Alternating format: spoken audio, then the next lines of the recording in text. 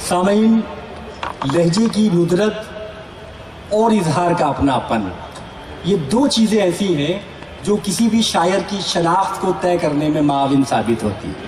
آپ نے دیکھا ہوگا کہ سینکڑوں ہزاروں اشعار میں ہم بڑی آسانی سے انگلی رکھ کے یہ کہہ دیتے ہیں کہ یہ شعر غالب کے علاوہ کسی کا نہیں ہو سکتا، یہ شعر میر کے علاوہ کسی کا نہیں ہو سکتا، یہ شعر بہادر شاہ ظفر کے علاوہ کسی کا نہیں ہو سکتا۔ یہ سب کیسے ممکن ہوتا ہے؟ یہ اس لیے ممکن ہوتا ہے کہ ان لوگوں کا لہجہ، ان کا اسلوب، ان کا مقام طے ہو چکا ہے۔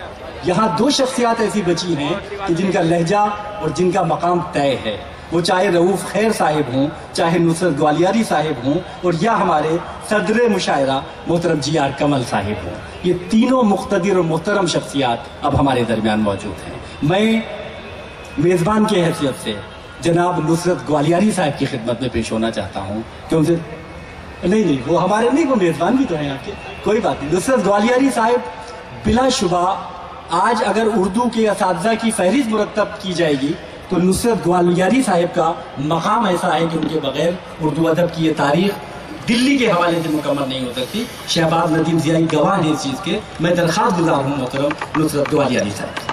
جی فرمائیں۔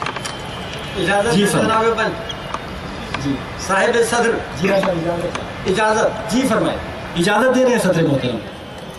مطلب ایسے خدمت ہے، سفر کا قصد نہ کر سیے رائے گاں کے لیے۔ کیا کہنا ہے، کیا کہنا ہے، کیا کہنا ہے؟ سفر کا قصد نہ کر سیے رائے گاں سفر کے کا لیے، قصد نہ کر سیے رائے گاں کے لیے، سیے رائے گاں کے لیے، جہاں پہنچنا ہے اسباب کر وہاں کے لیے۔ بہت اچھا ہے، بہت اچھا ہے، بہت اچھا ہے۔ کیا کہنا ہے؟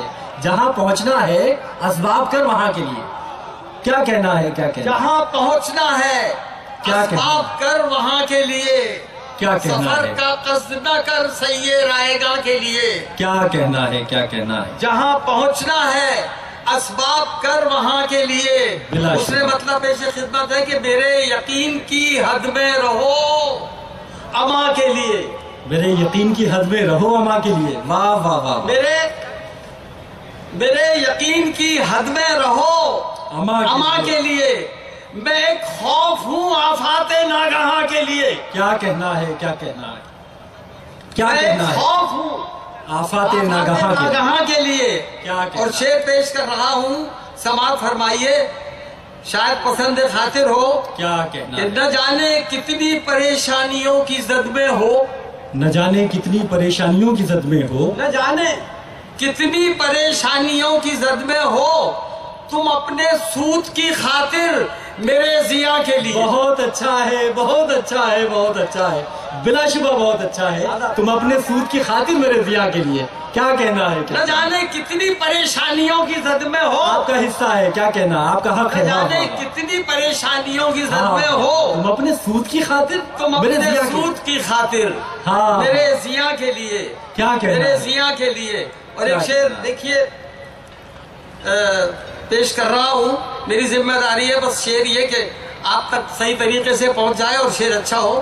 پیش کیا کرتا کہنا ہے؟ ہوں، کیا کہنا ہے؟ فرشتے بھی تھے فلک پر، فرشتے بھی تھے فلک پر، فرشتے بھی تھے فلک پر، مگر زہے قسمت، گھر بھرا فرشتے بھی تھے فلک پر مگر زہے مگر قسمت۔ زہے اور اردو قسمت یہ- کیا ہے وقف مجھے خاص امتحان کے لیے۔ بہت اچھا ہے، بہت اچھا ہے۔ کیا کیا کہنا ہے ہے؟ وقف مجھے ہاں۔ خاص امتحان کے لیے۔